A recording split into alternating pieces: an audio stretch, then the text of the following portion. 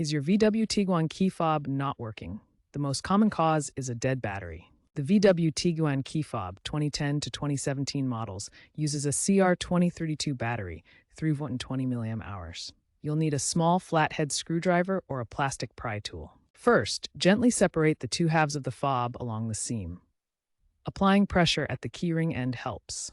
Avoid using metal tools to prevent scratches. Once open, remove the old battery, noting the positive and negative orientation.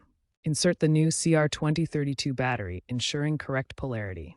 Finally, reassemble the fob and test it by pressing the buttons near your vehicle. If it doesn't work, proceed to the next section on troubleshooting. If a new battery doesn't fix the problem, clean the battery terminals with a pencil eraser to ensure good contact. If that doesn't work, reprogram the fob. Insert your key into the ignition and cycle it from off to on position 3 to 4 times within 10 seconds. While in the on position, press the lock button on the fob. If the remote still doesn't work, it could indicate a faulty transmitter or vehicle receiver module, requiring professional assistance from a dealership.